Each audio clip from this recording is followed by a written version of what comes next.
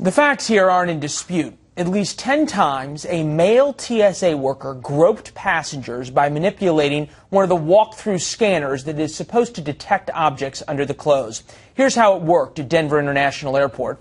When the TSA screener saw someone he wanted to grope, he would motion to another worker in on the deal. She would tell the machine that it was a female walking through the device. The machine would detect an anomaly below the belt if it was indeed a woman, and in would come the male worker to pat down the groin area of the victim. The two screeners were fired but haven't been charged and may never be charged because of how the TSA handled its investigation. Joining us now, Dan Recht, one of Denver's top criminal defense attorneys.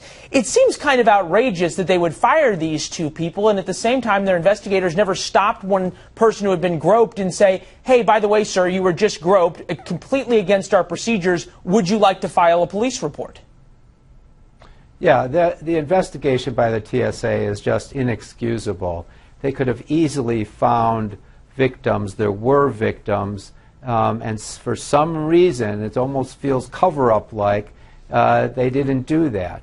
The other related thing that's inexcusable is they were told about this back in November, but didn't do anything until this year and didn't notify the Denver police, who are geared up to do these kind of sexual assault investigations, until February or March. So it all just feels bad. What the employees did is terrible, but maybe more egregious is the TSA's lack of doing the right kind of investigation.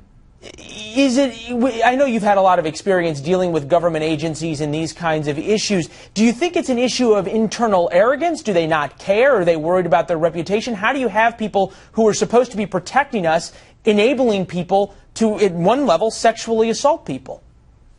Yeah, well, first let me say, it's the worst kind of sexual assault because it's done by one in a position of trust. It's as if a police officer did it to you.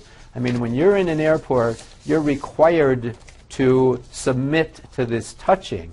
And when it's sexual in nature, that's just hugely offensive. You think there's a double standard here? Do you think it's a double standard here because it involves male on male and perhaps didn't involve a woman? Would that have made things different, you think? It could be. That I don't know. But something is amiss over there at the TSA. Well, we reached out to the TSA for their statement. In part, they sent us a very long statement, didn't deal with any of the issues we talked about. We can put some of it here up on the screen, I believe, saying professionalism and integrity are at the core of who we are as counterterrorism professionals, and it is up to each and every one of us to demonstrate this with every passenger at every airport around the country. Clearly, it doesn't seem they did that either on the line there or all the way up the organization.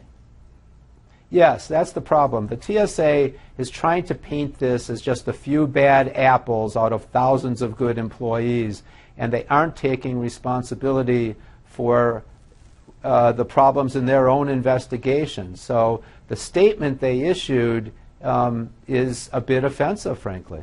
Dan Recht, live in Denver. We'll come back to you as news warrants on this story. That probably will not be the last we hear of it. Appreciate your time, sir. Thank you, Leland.